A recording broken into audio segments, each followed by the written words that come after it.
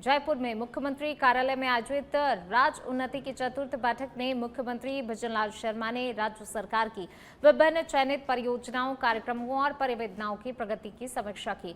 बैठक के दौरान उन्होंने अधिकारियों को स्पष्ट निर्देश दिए, सभी विकास कार्य तय समय सीमा में पूरे किए जाएं और किसी भी स्तर पर लापरवाही बर्दाश्त नहीं की जाएगी। मुख्यमंत्री ने कहा, जवाबदेही तय करते हुए कार्य प्रणाली को और अधिक प्रभावी बनाया जाए। उन्होंने चेतावनी दी, जो भी अधिकारी या कर्मचारी कार्यों में ढिलाई बरतेंगे उनके खिलाफ सख्त कार्रवाई की जाएगी। वहीं बैठक में विकास परियोजनाओं की गति तेज करने और पारदर्शिता सुनिश्चित करने पर विशेष जोर दिया गया।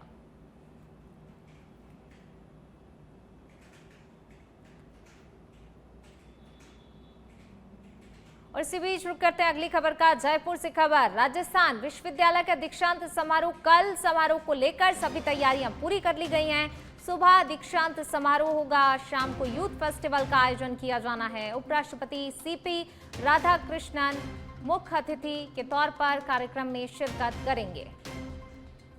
तो सुबह दीक्षांत समारोह, शाम को यूथ फेस्टिवल, उपराष्ट्रपति सीपी राधाकृष्णन मुख्य अतिथि होंगे। उनके मुख्य अतिथि में ये पूरा समारोह आयोजित किया जाएगा। बढ़ेंगे आगे, बात अगली खबर की। जयपुर से एक खबर, शिक्षा विभाग में डीपीसी को लेकर बड़ा अपडेट सामने आया है। अतिरिक्त प्रशासनिक अधिकारी के 888 पदों पर पदोन्नति। वित्तीय वर्ष 2025 और 26 की रिक्तियों के विरुद्ध प्रक्रिया पूरी। 9 पुनर्गठित पदों को भी शामिल किया गया है। वहीं सभी मंडलों में डीपीसी पूरी होने की पुष्टि की गई है। सहायक प्रशासनिक अधिकारी की डीपीसी जल्द, वरिष्ठ सहायक पदों पर भी जल्द ही पदोन्नति की प्रक्रिया होगी। शिक्षा मंत्री ने नव पदोन्नत कार्मिकों को बधाई दी है।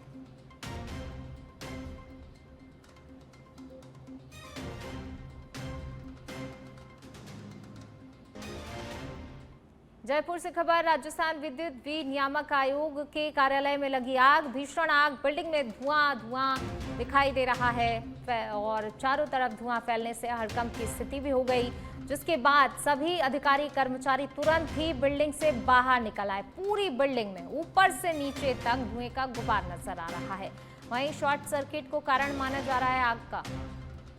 शॉर्ट सर्किट के चलते आग लगने की संभावना फिलहाल अभी तक जताई जा रही है। हालांकि देखिए, सभी पहलुओं पर जांच भी की जाएगी कि किन कारणों के चलते आग लगी है, लेकिन फिलहाल जो बात सामने आई है, शॉर्ट सर्किट कारण बताया जा रहा है। बिल्डिंग में धुआं फैलने से हड़कंप मच गया। ऊपर से नीचे तक पूरी बिल्डिंग में धुएं का गुबार नजर आया, जिसके बाद तुरंत ही सारे अधिकारी कर्मचारी बिल्डिंग से बाहर निकल आए। जयपुर से खबर, जयपुर पुलिस कमिश्नर सचिन मित्तल के नेतृत्व में बड़ी सफलता। गुलेल गैंग के 2 बदमाश गिरफ्तार किए गए हैं। कार के शीशे तोड़कर वारदात को अंजाम देते थे ये। एडीसीपी आलोक कुमार सिंघल के सुपरविजन में कार्रवाई की गई है। जयपुर से दिल्ली, फरीदाबाद तक बिछाया गया जाल। सीसीटीवी और वीटीएस के आधार पर आरोपियों की पहचान की गई है। इम्तियाज आलम उर्फ अमनराज और रोहित कृष्णा गिरफ्तार किए गए हैं। साथ ही परमजीत यादव की तलाश भी जारी है। OLX के जरिए दिल्ली में बेचते थे चोरी का सामान। जयपुर सहित दौसा, अलवर, भिवाड़ी में दर्जनों वारदातें कबूली। जवाहर नगर थाना पुलिस फिलहाल पूछताछ कर रही है।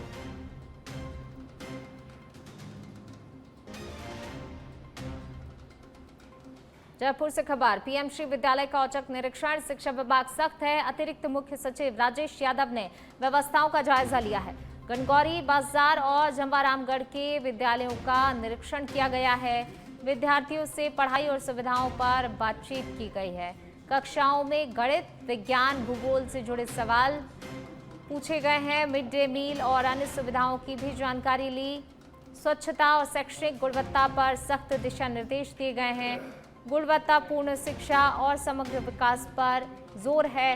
वहीं पीएमश्री विद्यालयों को भी आदर्श शिक्षा केंद्र बताया है। डॉक्टर रश्मि शर्मा सहित अन्य अधिकारी मौजूद रहे।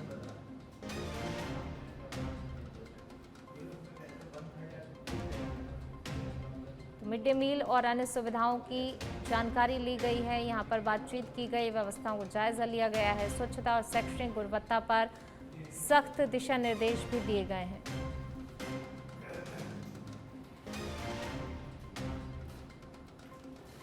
गुणवत्तापूर्ण शिक्षा और समग्र विकास पर प्रशासन का जोर है। पीएमसी विद्यालयों को आदर्श शिक्षा केंद्र बताया गया है।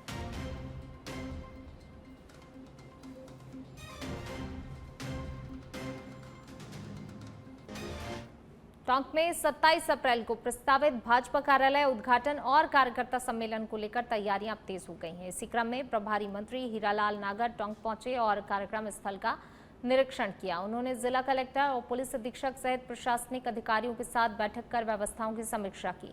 वहीं मंत्री ने कहा, नितिन नवीन के राष्ट्रीय अध्यक्ष बनने के बाद ये उनका पहला राजस्थान का दौरा है और ऐसे में कार्यक्रम ऐतिहासिक होगा। इस दौरान भाजपा जिलाध्यक्ष चंद्रवीर सिंह चौहान ने बताया, कार्यकर्ता पूरे उत्साह के साथ तैयारियों में जुटे हुए हैं। गांव शहर में लोगों को कार्यक्रम में आने का न्योता भी दिया जा रहा है।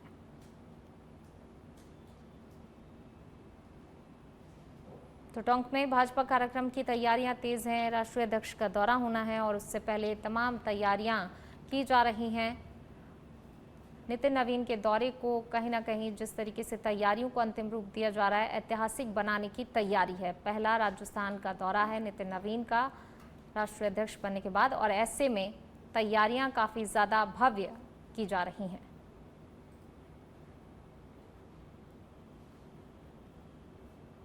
ये जो 27 अप्रैल को भाजपा के राष्ट्रीय अध्यक्ष टोंक में आकर के और यहाँ भाजपा की जिला कार्यालय का उद्घाटन भी करेंगे और उसके साथ साथ प्रदेश में बन रहे लगभग 7 जिला कार्यालयों का और उद्घाटन यहीं से ऑनलाइन होगा और वो सब यहाँ के कार्यक्रम से जुड़ेंगे। तो ये कार्यक्रम एक ऐतिहासिक भी है और ऐतिहासिक इसलिए है कि नितिन नवीन जी हमारे राष्ट्रीय अध्यक्ष बनने के बाद पहली बार राजस्थान में आ रहे हैं और वो पहली बार राजस्थान में टोंक आ रहे हैं, इसलिए ये कार्यक्रम और भी ऐतिहासिक हो सकता है और हमारे लिए महत्वपूर्ण होता है कि हमारी पूरे विश्व की सबसे बड़ी पार्टी के राष्ट्रीय अध्यक्ष पहली बार राजस्थान आ रहे हैं और उसका टोंक से यहाँ के कार्यालय के उद्घाटन से उनका कार्यक्रम प्रारंभ हो रहा है। और इसमें हमारे यशस्वी मुख्यमंत्री भजन लाल जी शर्मा, हमारे प्रदेश के अध्यक्ष मदन जी राठौड़ साहब सब आएंगे और इसमें आम कार्यकर्ताओं में एक उत्साह भी रहेगा कि हमारे राष्ट्रीय अध्यक्ष आ रहे हैं, तो उनका एक भव्य स्वागत भी होना चाहिए। राष्ट्रीय अध्यक्ष हमारे यहाँ पहली बार राजस्थान में पधारे हैं, टोंक में पहली बार उनका आना हो रहा है। हम सबका सौभाग्य है, राष्ट्रीय अध्यक्ष जी का यहाँ पे दौरा हो रहा है। पूरे भारतीय जनता पार्टी के कार्यकर्ता पलक पावड़ी बिछा करके हमारे मुख्यमंत्री जी का, प्रदेश अध्यक्ष जी का, राष्ट्रीय अध्यक्ष जी का स्वागत सम्मान के लिए तैयारी के लिए आज प्रभारी मंत्री जी हमारे बीच में आए थे और सब व्यवस्थाओं का जायजा लिया है। सारी व्यवस्था तैयार है। टोंक जिले के और आसपास के जिलों के सभी कार्यकर्ता माननीय राष्ट्रीय अध्यक्ष जी का, मुख्यमंत्री जी का, प्रदेश जी का स्वागत के लिए आतुर है और इसी तैयारी को लेकर आज हमने बैठक। कितने कार्यकर्ता। और अब खबर है जयपुर से। एडीसीपी वेस्ट राजेश कुमार गुप्ता के निर्देशन में 24 घंटे में सफलता। मुरलीपुरा से चोरी हुई स्कॉर्पियो बरामद की गई है। थानाधिकारी वीरेंद्र कुरेल के नेतृत्व में सीसीटीवी जांच के बाद कार्रवाई की गई है। मानसरोवर मेट्रो स्टेशन के पास बदरवास रोड पर लावारिस हालत में गाड़ी मिली है। वाहन चोरों ने सेंट्रल लॉक सिस्टम में तकनीकी छेड़छाड़ की थी। पुलिस अब वाहन चोरों की तलाश में जुटी है।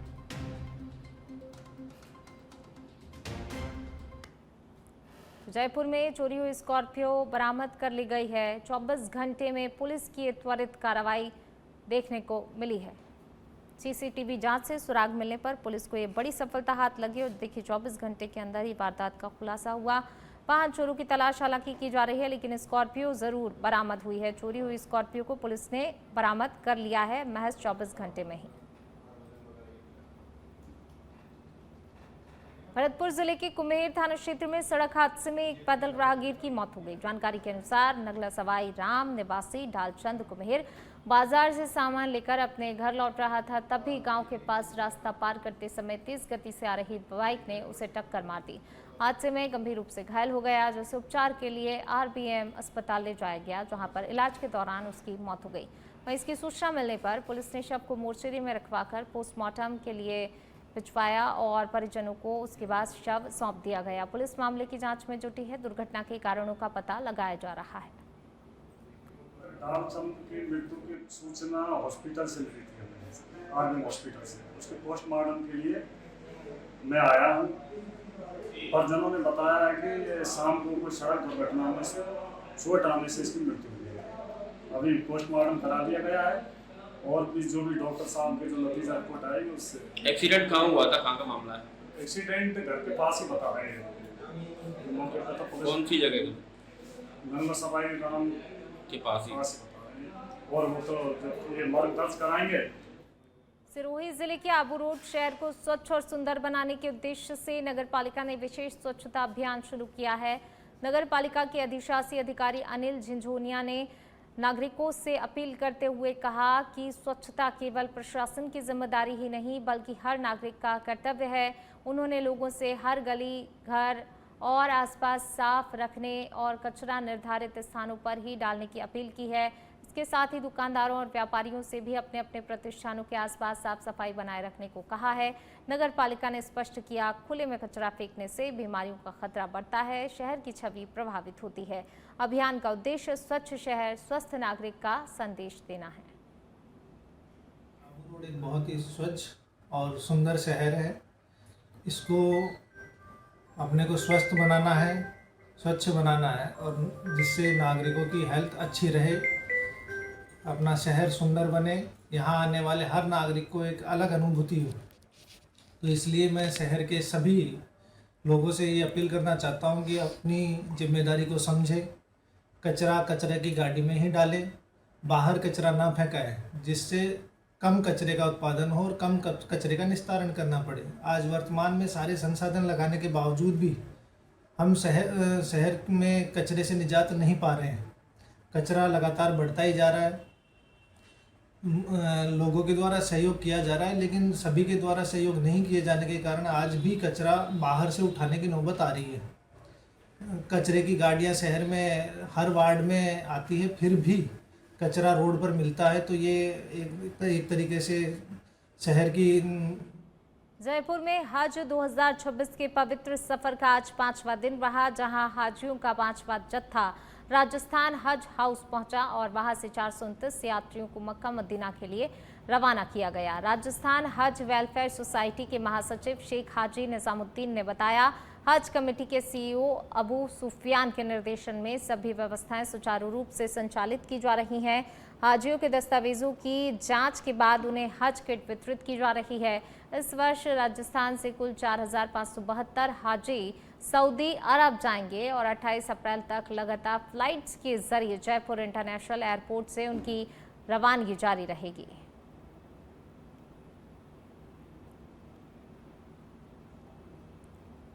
तो राजस्थान हज हाउस में पूरी व्यवस्थाएं की गई हैं। जयपुर से खबर आपको बता रहे हैं, 429 हाजियों ने उड़ान भरी है। तमाम व्यवस्थाएं इनके लिए की गई। 28 अप्रैल तक फ्लाइट्स जो हैं हज पर जाने वाले हाजियों के लिए जारी रहेंगी। हज 2026 का आज 5वां दिन और देखिए हाजी लगातार जो हैं हज यात्रा के लिए रवाना हो रहे हैं। तमाम व्यवस्थाएं उनके लिए की गई हैं और इसी कड़ी में 429 हाजियों ने एक बार फिर उड़ान भरी है। 28 अप्रैल तक इसी तरीके से इनके लिए फ्लाइट्स जो हैं इसी तरह से जारी रहने वाली हैं। देखिए, कल तक 1707 हाजी साहिबान जा चुके थे। आज की तारीख में 429 हाजी जाना बाकी हैं।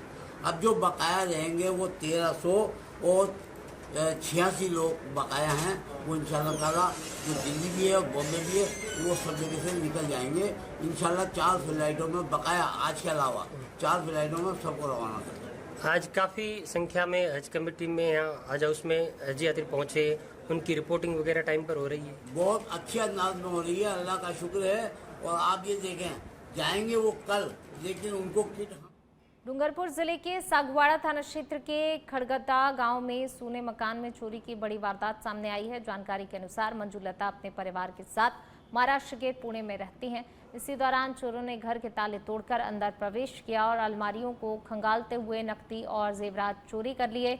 सुबह पड़ोसियों ने घर के दरवाजे खुले और सामान बिखरा देखा तो इसकी सूचना परिवार को दी।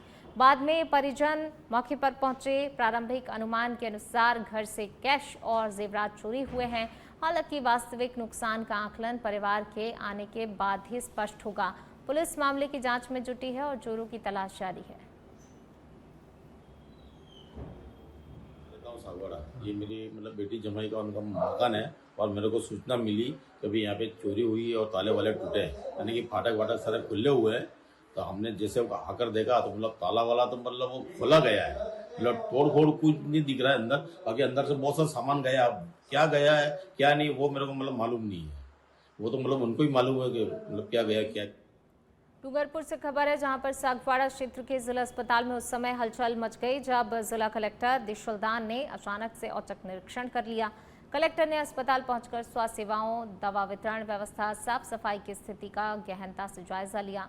निरीक्षण के दौरान उन्होंने मरीजों से सीधे संवाद किया, इलाज और सुविधाओं को लेकर फीडबैक लिया। बेड कैपेसिटी का बता रहे हैं, 150 बेड का है, अभी इसको बढ़ा के 300 करने का प्रस्ताव भेजा हुआ है। डॉक्टर की भी सरकार के स्तर पे बेड बढ़वाएं और उसके कंसेंट्रेट जो भी हमारे डॉक्टर्स हैं, नर्सिंग स्टाफ है, तो उनके भी पद बढ़ेंगे, पोस्टिंग करवाएंगे, जिससे लोगों की सुविधा अच्छी से अच्छी और बेहतर बेहतर। सर MRS की बैठक भी पिछले 2 सालों से नहीं हो रही है। इसके संबंध में इनको आज डायरेक्शन देते हैं, जल्दी MRS की बैठक करेंगे और उसमें जो मुद्दे लेने चाहिए, जो फंड पड़ा हो उसका इस्तेमाल हो आप लोगों के लिए, जो सुविधा अपन के पास। गर्मी का सीजन है, अभी मौसमी बीमारियाँ, हीट स्ट्रोक वगैरह की समस्या रहेगी। और अब खबर सिरोही के आबू रोड से है, जहां पर अवैध बजरी खनन के खिलाफ प्रशासन ने सख्त कार्रवाई करते हुए बड़ा एक्शन लिया है। बनास नदी से अवैध रूप से बजरी का परिवहन कर रहे ट्रैक्टर ट्रॉली को तहसीलदार ने खुद पीछा कर नेशनल हाईवे 27 पर धर दबोचा। डूंगरमल पुरोहित की अगुवाई में हुई कार्रवाई में 2 ट्रैक्टर ट्रॉली जब्त किए गए हैं और आरोपियों को हिरासत में लिया गया है। ये तिवली हाईवे के पास में भगवती रिसोर्ट के सामने और सुपुर्द करके थाना को सुपुर्द कर दिया गया ट्रैक्टर। सर आपने मौके पर ये दबिश दी कि पीछा कर उन ट्रैक्टर को पकड़ा, दोनों को? ये हमारे द्वारा पीछा करके उनको पकड़ा गया। कितना किलोमीटर सर? वो रोड पे ही थे, आ रहे थे और उनके पीछे जाके इनको रुकाया। सर इस मामले में ट्रैक्टर चालक कितने थे? ट्रैक्टर चालक एक था और 2-3 और कोई लेबर थे ट्रैक्टर के ऊपर। सर इस मामले में आगे की कार्रवाई क्या चल रही है फिलहाल? अभी आगे ट्रैक्टरों को पुलिस थाने को सुपुर्द कर दिया गया, पुलिस टीम को बुलाया गया मौके पे और पुलिस को सौंप दिए गए। सर अवैध खनन को लेकर आप क्या कहेंगे? अवैध खनन जहाँ भी हो रहा है उसकी समय समय पर निगरानी रखी जाएगी और यदि कोई पाया जाता है। नागौर जिले के मिर्ता सिटी क्षेत्र के नथावड़ी गांव से एक सकारात्मक और प्रेरणादायक खबर सामने आई है, जहां पर शिक्षा के क्षेत्र में बड़ा कदम उठाया गया है। करीब 31 लाख रुपए की लागत से आधुनिक विद्यालय भवन के निर्माण का भूमि पूजन साधु संतों के सानिध्य में भव्य तरीके से संपन्न हुआ। स्वामी योगेंद्र सरस्वती महाराज की मौजूदगी में वैदिक मंत्रोच्चार के साथ कार्यक्रम आयोजित किया गया, जिसमें भामाशाहों के सहयोग से गांव के बच्चों के बेहतर भविष्य की नींव रखी गई। जब हमारे गांव के अंदर स्कूल नहीं थी, उस समय हमारे पिताजी ने स्कूल ली। उस टाइम में हमारे एक कमरा बनवाया था।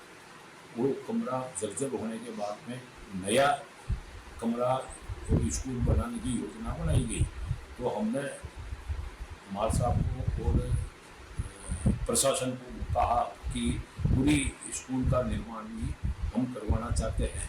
तो उसी के हिसाब हमारे पिताजी के यादगार में हमने आज पूरी स्कूल का निर्माण करवाने के लिए। झुंझुनू जिले के मंडावा सामुदायिक स्वास्थ्य केंद्र में 14 से 15 वर्ष की बालिकाओं के लिए HPV वैक्सीनेशन अभियान की शुरुआत की गई है। अभियान का शुभारंभ CHC प्रभारी डॉक्टर विनोद कुमार और डॉक्टर विजेंद्र सिंह ने किया। इस दौरान बड़ी संख्या में छात्राओं ने उत्साह के साथ वैक्सीनेशन में भाग लिया। चिकित्सकों ने बताया ये वैक्सीन सर्वाइकल कैंसर जैसी गंभीर बीमारियों से बचाव में महत्वपूर्ण भूमिका निभाती है और एक डोज से आजीवन सुरक्षा मिलती है। सरकार द्वारा ये टीका निःशुल्क लगाया जा रहा है। अभियान 24 से 30 अप्रैल तक चलेगा, जिसमें 14 से 15 वर्ष की सभी किशोरियों के 100% टीकाकरण का लक्ष्य रखा गया है। आज दिनांक 24 अप्रैल को CHC मंडावा के ऊपर स्कूली छात्राओं को ह्यूमन पैपिलोमा वायरस HPV का टीकाकरण का स्पेशल अभियान यहाँ शुरू किया गया है, जिसमें 14 वर्ष से 15 वर्ष की 2 वर्ष का आयु वर्ग रखा है। इसमें उसकी किशोरियों को सर्वाइकल कैंसर से बचाव करने के लिए ह्यूमन पैपिलोमा वायरस का टीका लगाया गया है। इसमें कुवाड़ू, मोजास और मंडावा के ढांडनिया स्कूल की जो सरकारी स्कूल की जो छात्राएँ थी उसमें 16 छात्राओं ने टीकाकरण का लाभ लिया यहाँ पे। इसकी एक डोज से आजीवन सर्वाइकल कैंसर से बचाव मिलता है। बाजार में ये वैक्सीन 5,000 रुपये का है और अपने अपने सरकारी संस्थानों में सरकार के द्वारा निःशुल्क उपलब्ध कराया जा रहा है। और इससे मैं सभी को ये कहना चाहूँगा कि इस आयु वर्ग की जिनके भी घर में बालिकाएँ हैं उनको भविष्य में सर्वाइकल कैंसर से बचाने के लिए ये टीकाकरण अधिक से। डूंगरपुर दौरे पर पहुंची जोधपुर नगर निगम की पूर्व महापौर एवं कांग्रेस नेत्री कुंती देवड़ा ने सर्किट हाउस में मीडिया से बातचीत करते हुए महिला आरक्षण बिल को लेकर भाजपा सरकार पर तीखा हमला बोला। उन्होंने आरोप लगाया कि केंद्र सरकार नारी शक्ति वंदन अधिनियम को लेकर जनता को गुमराह कर रही है और इसे जानबूझकर लंबित रखा गया है। देवड़ा ने कहा कि आरक्षण लागू करने के लिए जनगणना और परिसीमन की शर्तें संवैधानिक रूप से अनिवार्य नहीं है। उन्होंने कांग्रेस के ऐतिहासिक महिला नेतृत्व का हवाला देते हुए तत्काल प्रभाव से 33% महिला आरक्षण लागू करने की मांग की है। इस दौरान कांग्रेस विधायक गणेश घुघरा और पूर्व मंत्री डॉक्टर शंकर यादव मौजूद रहे।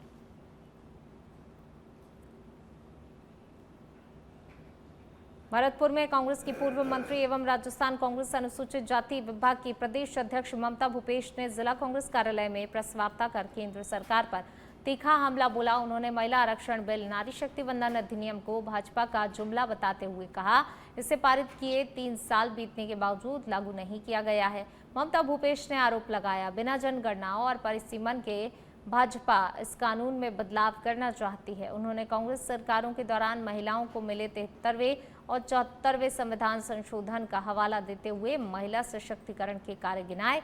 इसके साथ ही भरतपुर की कानून व्यवस्था पर भी चिंता जताई।